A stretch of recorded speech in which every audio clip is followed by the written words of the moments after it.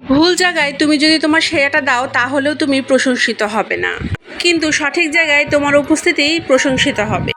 প্রত্যেকটি মানুষকে প্রথমেই নিজের মূল্যায়ন করতে হবে, তবেই তাকে অন্যরা মূল্যায়ন করবে। নিজে যদি নিজের মূল্য না বুঝি তাহলে অন্যরা কিভাবে আমার গুরুত্ব বুঝবে। ছেলের আবদারে খুব মজাদার হোয়াইট সস পাস্তা রান্না করেছি। আমি এর আগেও এই রেসিপিটা আপনাদের সাথে শেয়ার করেছিলাম। আজকেও কিভাবে বানাচ্ছি সেই রেসিপিটা শেয়ার করছি। পাস্তার জন্য প্রথমে পানি গরম করে নিয়েছি এবং তাতে পাস্তা দিয়ে দিলাম। এখন এটা ফুটিয়ে নিব। অ্যাড করে দিচ্ছি 1 চামচ পরিমাণ সয়াবিন তেল এবং 1/2 চামচ পরিমাণ লবণ। পাস্তা সেদ্ধ করার সময় সয়াবিন তেল ব্যবহার করলে পাস্তাগুলো একটার সাথে আরেকটা গা লেগে যায় না এবং খুব সুন্দর হয়ে সেদ্ধ হয়ে যায়। পাস্তাগুলো যখন 90% সেদ্ধ হয়ে যাবে তখন পানি ছেঁকে পাস্তাগুলো আলাদা করে রাখবো। গরম পানি থেকে বের করার পরেও কিন্তু এটার কুকিং প্রসেস চলতে থাকে এবং এভাবেই কিন্তু প্রায় 5% সেদ্ধ হয়ে যাবে। এরপর প্যানে দিয়ে দিলাম 2 চামচ পরিমাণ বাটার এবং তাতে দিয়ে দিলাম রসুন কুচি। খুবই ইজি এবং সিম্পল ওয়েতে আমি আজকে এই পাস্তাটা বানাচ্ছি। আপনারা যখন তখন চাইলেই এই পাস্তাটা খুব ইজি এবং সহজভাবেই বানিয়ে ফেলতে পারবেন। এখন দিয়ে দিচ্ছি 2 টেবিল চামচ পরিমাণ ময়দা এবং ময়দাটা খুব ভালোভাবে আমি ভুনে নিব।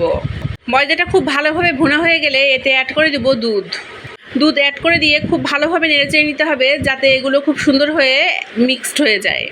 মিক্স করা হয়ে গেলে এতে অ্যাড করে দিব সামান্য পরিমাণে লবণ এবং গোলমরিচের গুঁড়ো।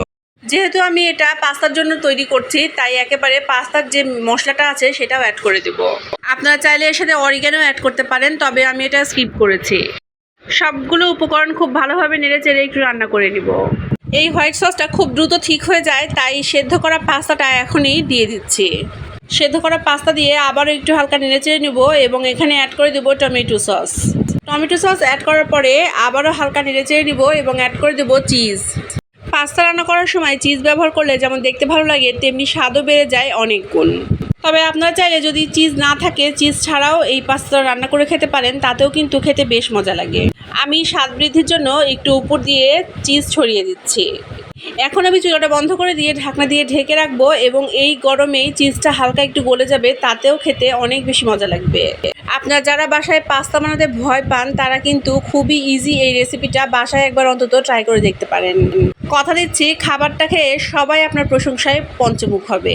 আজকের আমার এই ইজি হোয়াইট সস পাস্তার রেসিপিটি আপনাদের কেমন লাগলো অবশ্যই আমাকে কমেন্টে বলে যাবেন। আর যারা নতুন আমার ভিডিও দেখছেন কিন্তু এখনও আমাকে ফলো করেননি, প্লিজ ফলো করে যাবেন। পাস্তা সার্ভ করার পরে আমি উপর দিয়ে একটুখানি চিলি ফ্লেক্স ছড়িয়ে দিচ্ছি এবং এরপরে গার্নিশ করার জন্য একটুখানি ছড়িয়ে দিব ধনিয়া পাতা। একেবারেই অপশনাল, আমি পছন্দ করি বা দেখতে ভালো লাগবে বলেই শুধুমাত্র অ্যাড করেছি। আমি এখন পাস্তা খাই আর আপনারা কিন্তু অবশ্যই লাইক, কমেন্ট এবং শেয়ার করে যাবেন প্লিজ। সবাই ভালো থাকবেন, সুস্থ থাকবেন এবং আমাকে আপনাদের দোয়ায় রাখবেন। আল্লাহ হাফেজ সবাইকে।